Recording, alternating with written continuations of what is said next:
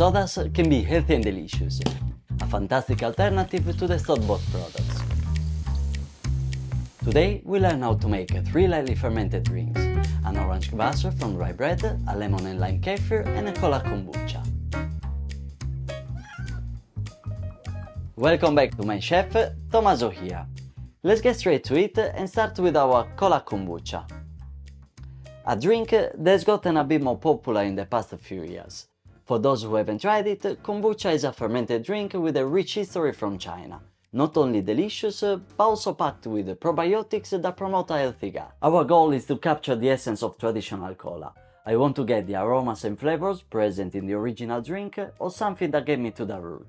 Then get the color as close as possible without artificial colorants or caramel. We'll be using a blend of spices including cinnamon, nutmeg, black cardamom, cloves and coriander seeds, along with unrefined sugar to sweeten the tea naturally. Our key ingredient for fermentation is the SCOBY, which stands for symbiotic culture of bacteria and yeast.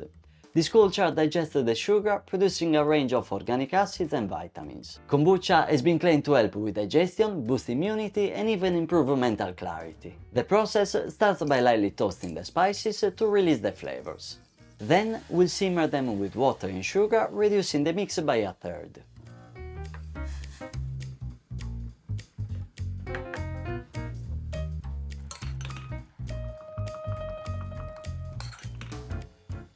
Next, we prepare a pot of black tea infused with lemon and orange peels, ensuring to remove any white pith to prevent bitterness.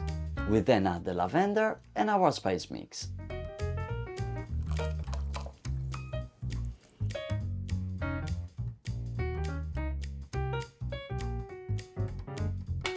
Once the tea is steeped and cooled, we strain it into a jar to introduce our SCOBY.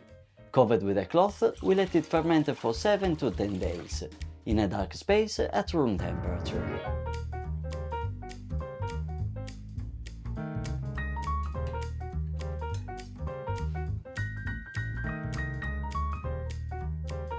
After the initial fermentation, it's now time to remove the SCOBY and start the second fermentation by bottling the kombucha for carbonation, allowing it to ferment for an additional 3 to 7 days. It's vital to burp the bottles daily to release excess pressure. Once carbonated, we chill it to halt fermentation and it's ready to enjoy. After brewing, the SCOBY should be stored in a SCOBY hotel, which is simply a jar with some of the kombucha it was brewed in, or sugary tea. Again, place it in a cool dark space away from direct sunlight. The liquid should be acidic enough to prevent mold. Maintaining a pH below 4 is crucial. Every few weeks, it's beneficial to add fresh sweet tea to the SCOBY hotel, to nourish the SCOBYs and keep them healthy. If you need to pause brewing for an extended period, the SCOBY can be stored in a refrigerator, where the cold slows down the fermentation process. A little background for the curious ones: kombucha is believed to have originated in northeastern China, historically known as Manchuria, around 220 BC.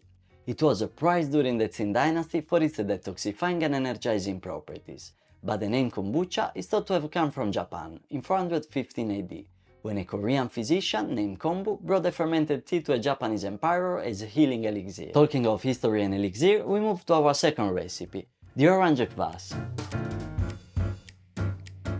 Kvass is a traditional Eastern European and Russian beverage with roots dating back to the Middle Ages. It's typically made by fermenting rye bread, which gives its distinctive flavor and slightly alcohol content. This humble drink was a common street food, sold in the past from barrels by street vendors in Russia. It was so popular that Dostoevsky mentioned Kvass in his literary works. Kvass is also low in calories and rich in probiotics, and also a good source of B vitamins, particularly B12, which is produced during its fermentation. To make it, we start by soaking toasted rye bread in water for 24 hours. If you have old stale bread, it works perfectly. This infuses the water with a rich malty flavor. And after the 24 hours, we proceed by straining the liquid. We juice a few oranges, mix the fresh orange juice with sugar, and pour back the fermented rye mix. I like to filter it again while pouring to avoid any residues. If desired, a teaspoon of brewer yeast can expedite the fermentation. Cover with a cloth, it sits at room temperature for 48 hours before bottling.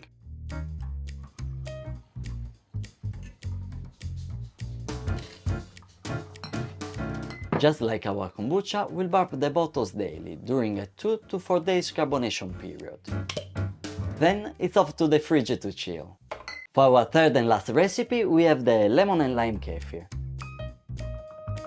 Kefir is a fermented milk drink that originated in the Caucasus Mountains, with a history dating back over 2000 years.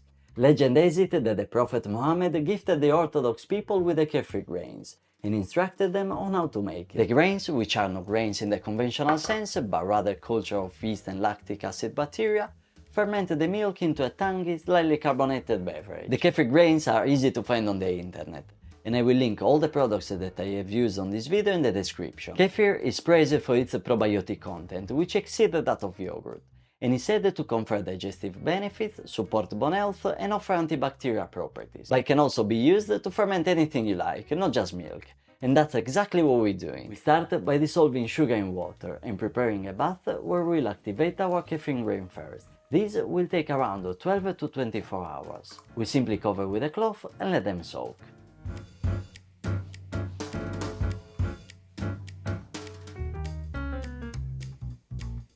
When ready, strain, discard the water and keep the grains that will have changed form and color.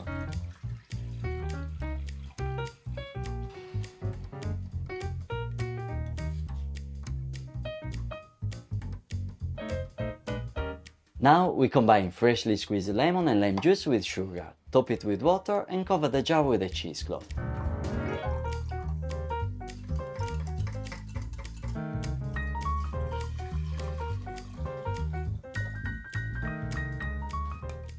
It ferments for 48 hours before we strain and bottle it, again allowing for carbonation over the next 2 to 4 days, with daily burping to manage pressure.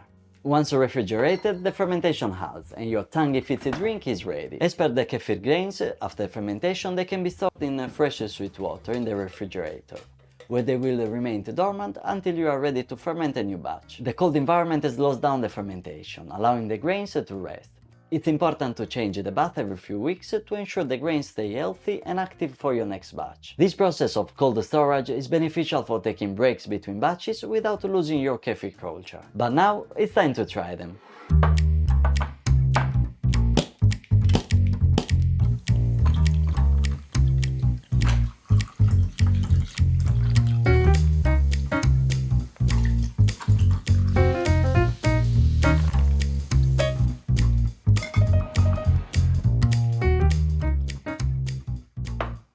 This cola kombucha might not have the same intense fizz of a classic can of Coke, but it's a complex flavor profile.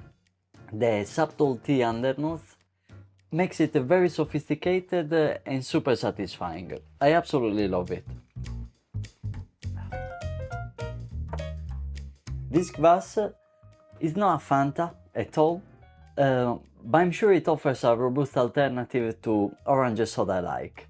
And I'm already thinking what to do next, because the possibilities are endless with this.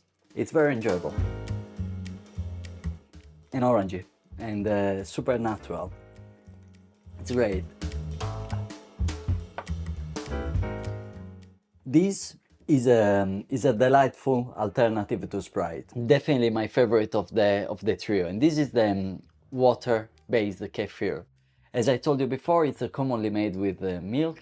Obviously, plant-based milk can be used too. And in my next video, I've done 21 different types of plant-based milk. And I need your help in deciding which one will make an amazing kefir. So, check out the video and let me know in the comments. Don't forget to like, subscribe and share. It really helps out a small channel like mine. Until next time, stay well.